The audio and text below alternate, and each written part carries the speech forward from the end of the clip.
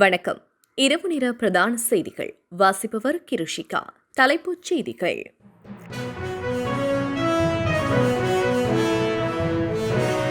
செவிலியர் சங்கத்தின் 5 கோரிக்கைகளுக்கு ஜனாதிபதி தீர்வு.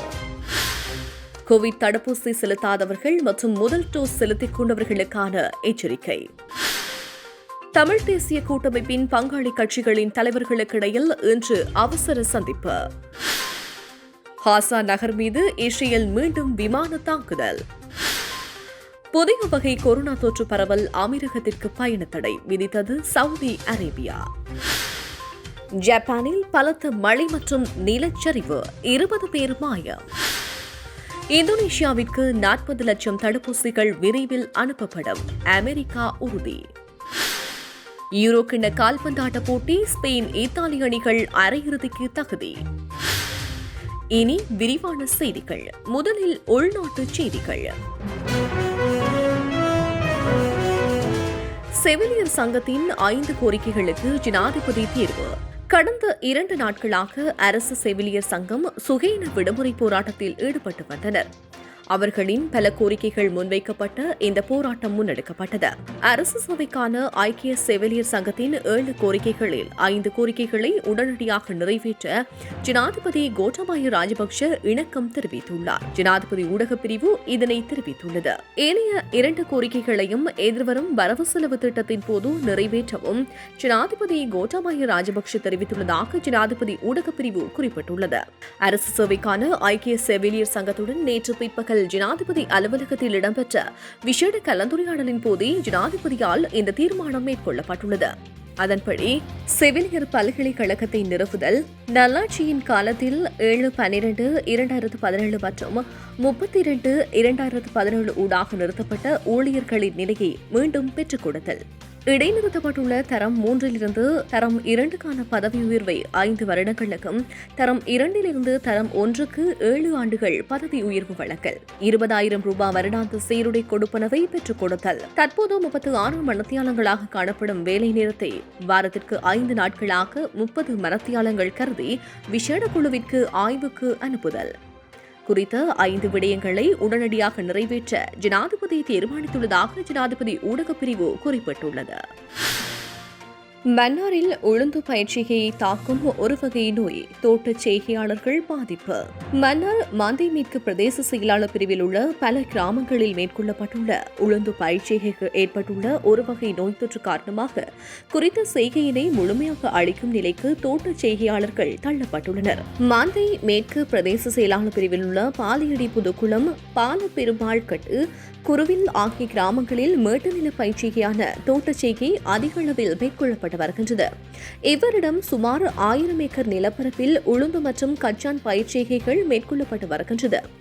இவரிடம் உரம் மற்றும் கிருமி நாசினி போன்றவற்றுக்கு ஏற்பட்ட தட்டுப்பாடுகள் காரணமாக உளுந்து பயிற்சிகையை தாக்கிய ஒரு வகை நோயினை கட்டுப்படுத்த முடியாத நிலையில் அப்பகுதி விவசாயிகள் பல்வேறு பிரச்சினைகளுக்கு முகம் கொடுத்துள்ளனர். இந்த நிலையில் தற்போது குறித்த உளுந்து பயிற்சிகையை முழுமையாக அளிக்கும் நடவடிக்கையில் தோட்டச் செய்கையாளர்கள் ஈடுபட்டுள்ளனர். உரம் மற்றும் கிருமி நாசினி போன்றவற்றுக்கு ஏற்பட்ட தட்டுப்பாடுகள் காரணமாக தமது பயிர்களுக்கு அதனை உரிய நேரத்தில் பயன்படுத்தாத காரணத்தினாலேயே குறித்த நோய் தொற்று ஏற்பட்டுள்ளதாக தோட்டச் செய்கையாளர்கள் கவலை தெரிவித்துள்ளனர். தீயினால் எரிந்து சாம்பலான 100 ஏக்கர் கொடுவே ஹெரஹல வனப்பிரதேசம். வெள்ளவாய பிரதேச செயலகத்திற்குட்பட்ட வருணகம கிராம சபகர் பிரிவைச் சேர்ந்த கொடவே ஹெரஹல வனத்தில் நேற்றிரவு ஏற்பட்ட தீப்பரவலினால் 100 ஏக்கருக்கும் அதிகமான பிரதேசம் முற்றாக சேதமடைந்துள்ளதாக தெரிவிக்கப்படுகின்றது. நேற்று மாலை ஏற்பட்ட தீப்பரவலினால் இரவு முழுவதும் பல பிரதேசங்களுக்கு தீப்பரவி பெரும் சேதத்தினை ஏற்படுத்தியுள்ளது. தகவல்கள் அறிந்த வெள்ளவாய வன பாதுகாப்பு காரியாலய அதிகாரிகள் மற்றும் பிரதேச மக்கள் இணைந்து தீயினை கட்டுப்பாட்டுக்குள் கொண்டுவரும் முயற்சியில் ஈடுபட்டுள்ளனர். தற்போது நிலவும் அதிக வெப்பத்துடனான காலநிலை மற்றும் காற்றின் வேகம் காரணமாக தீயினை அணைப்பதில் பெரும் சிரமங்கள் உள்ளதாக தெரிவிக்கப்பட்டுள்ளது. இதனால் பெரும்பாலான பகுதி முற்றாக எரிந்துள்ளது. யாரேனும் ஒருவர் தீ வைத்திருக்கலாம் என சந்தேகிக்கப்படும் நிலையில் வெள்ளவாய போலீசார் மற்றும் வெள்ளவாய வன பாதுகாப்பு அதிகாரிகள் இணைந்து விசாரணைகளை முன்னெடுத்துள்ளனர். கோவிட் தடுப்பூசி செலுத்தாதவர்கள் மற்றும் முதல் டோஸ் செலுத்திக் கொண்டவர்களுக்கான எச்சரிக்கை. கோவிட் தொற்றுக்கான தடுப்பூசி பெறாதவர்கள் மற்றும் முதலாவது டோஸ் மாத்திரம் பெற்றுக் கொண்டவர்களுக்கு இந்தியாவில் திரிபு மாற்றம் பெற்ற டெல்டா வகை வைரஸின் தாக்கம் பெரும் அச்சுறுத்தலாக இருக்கும் என ஸ்ரீ ஜெயவர்தனபுர பல்கலைக்கழக ஒவ்வாமை நோய் எதிர்ப்பு மற்றும் உயிரியல் பிரிவின் பணிப்பாளர் மருத்துவர் சந்திம ஜீவந்தர தெரிவித்துள்ளார். உலகின் பல 90 நாடுகளுக்கும் அதிகமான இந்த தொற்றின் தாக்கம் ஆதிக்கம் செலுத்தும் என்று தெரிவிக்கப்பட்டுள்ள நிலையில் தற்போது வரை டெல்டா வைரஸின் தாக்கம் 100க்கும் அதிகமான நாடுகளில் இனம் காணப்பட்டுள்ளது. எனவே டெல்டா தெரிவின் தாக்கத்தினை கட்டுப்படுத்த மக்கள் மிகுந்த அவதானத்துடன் இருக்க வேண்டும் என உலகளவில் அறிவுறுத்தல்கள் மேற்கொள்ளப்பட்டுள்ளதாக அவர் தெரிவித்துள்ளார். தமிழ் தேசிய கூட்டமைப்பின் பங்காளி கட்சிகளின் தலைவர்களுக்கிடையில் இன்று அவசர சந்திப்பு. தமிழ் தேசிய கூட்டமைப்பின் பங்காளி கட்சிகளின் தலைவர்களுக்கிடையில் இன்று அவசர சந்திப்பொன்று இடம்பெற்றது. யாழ்ப்பாணம் மார்ட்டின் வீதியில் உள்ள இலங்கை தமிழரசுக் கட்சியின் தலைமைச் செயலகத்தில் நடந்த இந்த சந்திப்பு இன்று காலை 11 மணி தொடக்கம் பிற்பகல் 1 மணி வரை இடம்பெற்றது. இதில் இலங்கை தமிழரசுக் கட்சியின் தலைவர் மாவை சேனாதிராஜா, தமிழரசுக் கட்சியின் சிரேஷ்ட துணைத் தலைவர் CVK சிவஞானம், புளொட் தலைவர் தர்மலிங்கம், சித்தார்த்தன் மற்றும் டெலோ இயக்கத்தின் தலைவர் செல்வம் அடைக்கலநாதன் ஆகியோர் கலந்து கொண்டனர். இதன் பின்னர் ஊடகங்களுக்கு கருத்து தெரிவித்த செல்வம் அடைக்கலநாதன் தெரிவிக்கையில், இன்றைய சந்திப்பு முடிவின் பிரகாரம் தமிழ் தேசிய கூட்டமைப்பாக நாங்கள் அனைவரையும் அரவணைத்து போகின்ற நிலைமையை கையாளுகின்ற ஒரு செயல்பாட்டை செய்வதற்கு முற்றுமுழுதாக முடிவு எடுக்கப்பட்டிருக்கிறது என்று தெரிவித்தார்.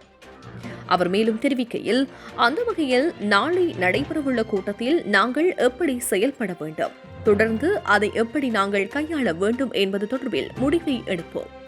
என்னென்ன விடயங்கள் கலந்துரையாடப்பட்டது என்பது தொடர்பில் ஊடகவியலாளர்கள் கேள்வி எழுப்பிய போது, நிலம், மாகாண சபைகள் சம்பந்தமாக எங்களுடைய இனம் சார்ந்த பூர்வீகத்தை உடைத்தெறிந்து வரலாற்றை சிதைக்கின்ற செயல்பாடுகளை நிறுத்துவதற்கு பலத்தை உருவாக்குவதற்கு பலமான சக்தியாக தமிழ் தரப்பு இருக்க வேண்டும். அப்படி இருக்கின்ற போது புலம்பெயர் உறவுகளை தமிழ்நாட்டு தமிழர்களையும் இணைத்து செயற்படும் போதும் பெரிய பலத்தை பெறுகின்ற வாய்ப்பு ஏற்படும். அப்போதுதான் இப்பொழுது இருக்கின்ற அரசாங்கத்தை நாங்கள் பல விடயங்களில் தடுத்து நிறுத்த முடியும் என தெரிவித்தார். வெளிநாட்டுச் செய்திகள். காசா நகர் மீது இஸ்ரேல் மீண்டும் விமான தாக்குதல். இஸ்ரேலுக்கும் பாலஸ்தீனத்துக்கும் இடையில் எருசலேத்துக்கான உரிமை போராட்டம் பல காலமாக நீடித்து வரும் நிலையில் கடந்த மே மாதம் 11ஆம் தேதி இஸ்ரேல் மற்றும் பாலஸ்தீன் காசா பகுதியில் உள்ள ஹமாஸ் அமைப்புக்கும் இடையில் போர் மூண்டது. இதன்போது இருதரப்புகளும் பரஸ்பர தாக்குதல்களை மேற்கொண்டாலும் காசா பகுதிக்கே அதிக பாதிப்புகள் ஏற்பட்டது. இந்த போரின் மூலம் 250க்கும் அதிகமானோர் பலியானதுடன் பலர் படுகாயமடைந்தனர். இந்த நிலையில் 11 நாட்கள் சண்டையின் பின் பல நாடுகளின் அழுத்தங்கள் காரணமாக இருதரப்பு போர் நிறுத்தத்தினை அறிவித்தன. இந்நிலையில் நேற்று முன்தினம் காசா பகுதியிலிருந்து ஹமாஸ் அமைப்பினர் வெடிபொருட்கள் நிரப்பிய பலூன்களை இஸ்ரேலின் தென்பகுதியை நோக்கி அனுப்பி வைத்துள்ளனர். இந்த பலூன்கள் விழுந்ததில் வெடிப்புகள் ஏற்பட்டு பல பிரதேசங்கள் தீப்பற்றி எரிந்ததாக இஸ்ரேல் செய்தி நிறுவனங்கள் தெரிவிக்கின்றன. இதற்கு பதிலடியாக காசா முனை மீது இஸ்ரேல் ராணுவம் வான்வெளி தாக்குதல்களை மீண்டும் மேற்கொண்டுள்ளது. ஹமாஸ் போராளிகளின் ஆயுத உற்பத்தி தளங்கள் மீதே இவ்வாறு தாக்குதல்கள் மேற்கொள்ளப்பட்டுள்ளதாக இஸ்ரேல் ராணுவம் தெரிவித்துள்ளது. எனினும் இத்தாக்குதல்களின் சேத விவரங்கள் இன்னும் வெளியிடப்படவில்லை. போர் நிறுத்தத்தின் பின் இஸ்ரேல் ராணுவம் காசா பகுதிக்கு மேற்கொண்ட 3வது வான்வெளி தாக்குதல் இதுவென்பதும் குறிப்பிடத்தக்கது. புதிய வகை கொரோனா தொற்று பரவல் அமெரிக்கத்துக்கு பயண தடை விதித்தது சவுதி அரேபியா. கொரோனா வைரஸின் மாறுபட்ட புதிய தீர்வுகளின் பரவல் அதிகரிப்பு காரணமாக ஐக்கிய அமெரிக்கம், வியட்நாம் மற்றும் எத்தியோப்பியா ஆகிய நாடுகளுக்கு முன் அனுமதியின்றி செல்வதோ அங்கிருந்து வருவதோ தடை செய்யப்பட்டுள்ளதாக சவுதி சுகாதாரத்துறை அமைச்சகம் அறிவித்துள்ளது. இந்த 3 நாடுகளுக்குமான விமான சேவைகள் ஜூலை 4ஆம் தேதி ஞாயிற்றுக்கிழமை இரவு 11 மணியுடன் நிறுத்தப்படுவதாகவும் அத்துடன் குறிப்பிட்ட தேதிக்கு பின் சவுதி குடிமக்கள் உட்பட அனைத்து பயணிகளும் கட்டாய தனிமைப்படுத்தலுக்கு உள்ளாக்கப்படுவார்கள் என்றும் அந்நாட்டு செய்தி நிறுவனங்கள் தெரிவித்துள்ளன. இருப்பினும் குறிப்பிட்ட நாடுகளை தவிர ஏனைய நாடுகளை சேர்ந்தவர்களுக்கும் 14 நாட்களுக்கு முன் குறிப்பிட்ட நாடுகளிலிருந்து வெளியேறுபவர்களுக்கும் இந்த கட்டுப்பாடுகள் பொருந்தாது எனவும் தெரிவிக்கப்பட்டுள்ளது. ஜப்பானில் பலத்த மழை மற்றும் நிலச்சரிவு, 20 பேர் காயம். கடந்த சில நாட்களாக ஜப்பானில் ஷியுஓகா பகுதியில் பெய்த கனமழையினாலும் நிலச்சரிவினாலும் பல வீடுகள் மண்ணுக்குள் புதையுண்டதாகவும் 19 பேர் காணாமல் போயுள்ளதாகவும் சர்வதேச தகவல்கள் தெரிவிக்கின்றன. இந்நிலையில் இன்று காலை 10:30 மணியளவில் திடீர் நிலச்சரிவு ஏற்பட்டுள்ளது. இந்த நிலச்சரிவால் அப்பகுதியில் இருந்த குடியிருப்புகள் அனைத்தும் மண்ணுக்குள் புதைந்துள்ளன. குடியிருப்புகளில் வசித்து வந்த 20 பேரை காணவில்லை என முதற்கட்ட தகவல்கள் வெளியாகியுள்ளது. அப்பகுதியில் உள்ள அனைத்து மின்கம்பங்களும் சரிந்து விழுந்ததால் 200க்கும் அதிகமான வீடுகளில் மின் இணைப்புகள் துண்டிக்கப்பட்டுள்ளது. தொடர்ந்து கனமழையும் பெய்து வருவதால் மீட்புப் பணிகளை மேற்கொள்ள ராணுவத்தின் உதவியுடன் மீட்புப் பணிகள் நடைபெற்று வருகின்றன. மேலும் குறிப்பிட்ட பிரதேசத்திலிருந்து பாதுகாப்பு கருதி 35,000 மக்கள் வெளியேற்றப்பட்டுள்ளதாக அந்நாட்டு தகவல்கள் தெரிவிக்கின்றன. இந்தோனேஷியாவிற்கு 40 லட்சம் தடுப்பூசிகள் விரைவில் அனுப்பப்படும், அமெரிக்கா உறுதி. உலகளாவிய ரீதியில் கொரோனா தொற்றினால் பாதிக்கப்பட்டுள்ள நாடுகளில் பல உலக நாடுகளில் தடுப்பூசி தட்டுப்பாடு நிலவி வரும் நிலையில் அமெரிக்காவிலிருந்து 8 கோடி தடுப்பூசிகள் பிற நாடுகளுக்கு பகிர்ந்து அளிக்கப்படும் என அமெரிக்க அதிபர் ஜோ பைடன் கடந்த மாதம் அறிவித்தார். வளர்த்து வரும் நாடுகள் மற்றும் ஏழை நாடுகளில் உள்ள மக்களுக்கு தடுப்பூசி கிடைப்பதை உறுதி செய்ய வேண்டும் என்பதற்காக அமெரிக்கா இந்த திட்டத்தை செயல்படுத்த இருப்பதாக அவர் கூறினார். அந்த வகையில் சமீப காலமாக கொரோனா பரவல் அதி தீவிரமடைந்துள்ள இந்தோனேஷியாவிற்கு 40 லட்சம் தடுப்பூசிகள் விரைவில் அனுப்பி வைக்கப்படும் என அமெரிக்காவின் தேசிய பாதுகாப்பு ஆலோசகர் ஜோர்ஜ் சுல்லிவான் நேற்று இந்தோனேஷியாவின் வெளியுறவுத்துறை அமைச்சர் டெட்ரோ மாஷிடியை தொடர்பு கொண்டு பேசிய போது உறுதியளித்துள்ளார். உலகின் 4வது அதிக மக்கள் தொகையை கொண்ட நாடான இந்தோனேஷியாவில் கடந்த 2 வாரங்களாக கொரோனா தொற்று பரவல் அதிகரித்து வருகின்றது. அங்கு இதுவரை பதிவான கொரோனா பாதிப்புகளின் மொத்த எண்ணிக்கை 22 லட்சத்தை கடந்துள்ளது. இதனையடுத்து நாடு முழுவதும் கொரோனா தடுப்பூசி போடும் பணியை இந்தோனேஷிய அரசு தீவிரப்படுத்தியுள்ளது.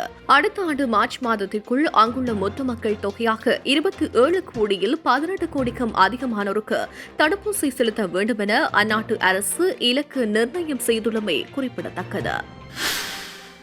விர்ஜின் கலக்டிக் விண்கலத்தில் விண்வெளிக்கு செல்லும் இந்திய வம்சாவளி பெண் விஞ்ஞானி. உலகின் முதல் நிலையில் உள்ள பணக்காரர்களான எலான் மஸ்கின், ஸ்பேஸ் எக்ஸ் நிறுவனம், அமேசான் நிறுவனம், ஜெப் பெசோஸின் ப்ளூ ஆரிஜின் நிறுவனம் மற்றும் தொழிலதிபர் ரிச்சர்ட் பிரான்சனின் விர்ஜின் கலக்டிக் ஆகிய நிறுவனங்கள் மனிதர்களை விண்வெளிக்கு சுற்றுலா அழைத்துச் செல்லும் போட்டியில் ஈடுபட்டன. இந்நிலையில் விண்வெளிக்கு பயணிக்கும் போட்டியாளரானது பிரான்சினது நிறுவனம் வரும் 11ஆம் தேதியே விண்வெளிக்கு விண்கலத்தை அனுப்ப இருப்பதாக அறிவித்தது. அதில் பிரான்சனின் விண்கலத்தில் ஆந்திராவைச் சேர்ந்த கிறிஸா பாண்ட்லா உட்பட 6 பேர் செல்லவுள்ளதாக அறிவிக்கப்பட்டுள்ளது. அமெரிக்காவின் டெக்சாஸ் ஹூஸ்டனில் வளர்ந்த இந்திய வம்சாவளியான ஹிர்ஷா வாஷிங்டன் பல்கலைக்கழகத்தில் MBA பட்டம் பெற்றவர். விர்ஜின் கலக்டிக்கில் பணியாற்றிய வரும் இவர் விண்வெளி திட்டத்தில் முக்கிய பங்காற்றியவர். பெசோஸ் நிறுவனம் வரும் 20ஆம் தேதி முதல் முறையாக மனிதர்களை ஏற்றிக்கொண்டு சோதனை ஓட்டமாக விண்வெளிக்கு விண்கலத்தை அனுப்புகிறது. இதில் பெசோஸ், அவரது சகோதரர் உள்ளிட்டோர் பயணம் செய்யவுள்ளமை குறிப்பிடத்தக்கது. விளையாட்டுச் செய்திகள். யூரோக்கிண கால்பந்தாட்ட போட்டி, ஸ்பெயின், இத்தாலி அணிகள் அரையிறுதிக்கு தகுதி. யூரோக்கிண கால்பந்தாட்ட போட்டிகளில் நேற்றைய தினம் இரவு 2 காலிறுதிப் போட்டிகள் நடைபெற்றன. முதலாவதாக நடைபெற்ற போட்டியில் ஸ்பெயின் மற்றும் சுவிட்சர்லாந்து அணிகள் களம் கண்டன. ஆரம்பம் முதலே தனது பலத்தினை வெளிக்காட்டிய ஸ்பெயின் அணி கோல் போட மேற்கொண்ட முயற்சியின் பலனாக 8வது நிமிடத்திலேயே 1 கோல் ஒன்றின் மூலம் முன்னிலை பெற்றது. முதல் பாதி ஆட்டத்தில் இரு அணிகளும் கோல் போடவில்லை. 2ஆம் பாதியில் தனது ஆதிக்கத்தை செலுத்த தொடங்கிய சுவிட்சர்லாந்து அணியின் செர்டன் சக்ரி 68வது நிமிடத்தில் போட்ட கோலின்படி போட்டியை சமநிலைப்படுத்தியது. இறுதியில் போட்டி 1-1 என்ற அடிப்படையில் சமநிலையில் முடிவடைந்தது. அதன்பின் வெற்றியினை தீர்மானிக்க நடத்தப்பட்ட பெனால்டி முறையில் ஸ்பெயின் அணி 3-1 என்ற அடிப்படையில் வெற்றி பெற்று அரையிறுதிக்கு தகுதி பெற்றது. இரண்டாவதாக பலம் பொருந்திய இரு அணிகளான இத்தாலி மற்றும் பெல்ஜியம் அணிகள் களம் கண்டன. கடந்த உலகக்கிண்ண அரையிறுதியில் தோல்வியடைந்த பெல்ஜியம் அணி இம்முறை யூரோ கிண்ணத்தை கைப்பற்றும் என எதிர்பார்ப்புகள் அதிகமாக இருக்கிறது. போட்டியில் 31வது நிமிடத்தில் இத்தாலி அணியின் நிகலோ ஃபரல்லா கோல் போட இத்தாலி அணி முன்னிலை பெற்றது. அதன்பின் 44வது நிமிடத்திலும் இத்தாலி அணியின் லொரான்சோ இன்சின்னே போட்ட கோலின் மூலம் இத்தாலி இத்தாலி அணி மேலும் முன்னிலை பெற்றது. போட்டியின் முதல் பாதியின் போது வழங்கப்படும் மேலதிக நேரத்தில் பெல்ஜியம் அணிக்கு கிடைத்த பெனால்டி வாய்ப்பினை அவ்வணியின் நட்சத்திர வீரர் ரொமேலு லுகாலோ கோலாக மாற்றினார். இரண்டாம் பாதியில் 2 அணிகளும் கோல் போட பல முயற்சிகள் மேற்கொண்டும் அனைத்தும் நழுவவிடப்பட்டது. இறுதியில் இத்தாலி அணி 2-1 என்ற அடிப்படையில் வெற்றி பெற்று யூரோ கிண்ண கால்பந்தாட்ட போட்டியில் அரையிறுதிக்கு தகுதி பெற்றது. இன்றைய தினம் டென்மார்க் எதிர் செக் ரிபப்ளிக் மற்றும் இங்கிலாந்து எதிர் உக்ரைன் போட்டிகள் நடைபெறவுள்ளன. சினிமா செய்திகள். விண்வெளியில் உருவாகும் முதல் திரைப்படம். ஹாலிவுட் சினிமா துறையில் விண்வெளியினை கதைக்களமாக வைத்து உருவாகிய பல படங்கள் வெளிவந்து வசூல் சாதனை படைத்துள்ளன. இந்நிலையில் முற்றுமுழுதாக விண்வெளியில் முழுநுள்ள திரைப்படத்தினை எடுக்க அமெரிக்காவுக்கும் ரஷ்யாவுக்கும் போட்டி நிலவுகின்றது. இதன் முதல் கட்டமாக டாம் குரூஸ் வைத்து விண்வெளியில் திரைப்படம் ஒன்றை படமாக்க உள்ளதாக கடந்த ஆண்டு நாசா அறிவித்தது. அதன்பின் அப்படத்தின் பணிகள் சம்பந்தமாக எந்த தகவல்களும் வெளிவரவில்லை. இந்நிலையில் ரஷ்யா விண்வெளியில் தயாரிக்கும் முதல் படத்திற்கான பணிகளை ஆரம்பித்துள்ளது. அதன்படி இப்படத்தினை பிரபல இயக்குநரான கிளிம் ஷிபென்கோ இயக்க படத்திற்கு வைசவ் என்று பெயரிடப்பட்டுள்ளது. படத்தின் நாயகியாக ஜூலியா பிரசெல்ட் நடிக்கவுள்ளார். இப்படத்தின் ஆரம்ப பணிகளில் ரஷ்யா முழுமூச்சில் இறங்கியுள்ளது. படப்பிடிப்பினை நடத்துவதற்கான பணிகளை மேற்கொண்டு வரும் ரஷ்ய விண்வெளி நிறுவனமான ராஸ்கோமாஸ் அதற்கு தேவையான கருவிகளை கடந்த புதன்கிழமை பிராக்ரஸ் MS-17 என்ற விண்கலத்தின் மூலம் சர்வதேச விண்வெளி மையத்திற்கு அனுப்பியுள்ளது. இந்த விண்கலம் நேற்றைய தினம் சர்வதேச விண்வெளி மையத்தினை சென்றடைந்துள்ளதாகவும் தெரிவிக்கப்பட்டது. இப்படத்திற்கான பணிகளை தொடங்குவதற்கு எதிர்வரும் அக்டோபர் மாதம் படத்தின் இயக்குநர் கிளிம் ஷிபென்கோ மற்றும் நாயகி ஜூலியா பிரசெல்ட் ஆகியோர் சர்வதேச விண்வெளி நிலையத்திற்கு பயணிக்க உள்ளதாக ராஸ்கோமாஸ் அறிவித்துள்ளமை குறிப்பிடத்தக்கது. இத்துடன் தமிழோசை செய்திகள் நிறைவு பெற்றன. உடனுக்குடன் செய்திகளை அறிந்து கொள்ள தமிழோசையோடு இணைந்திருங்கள். வணக்கம்.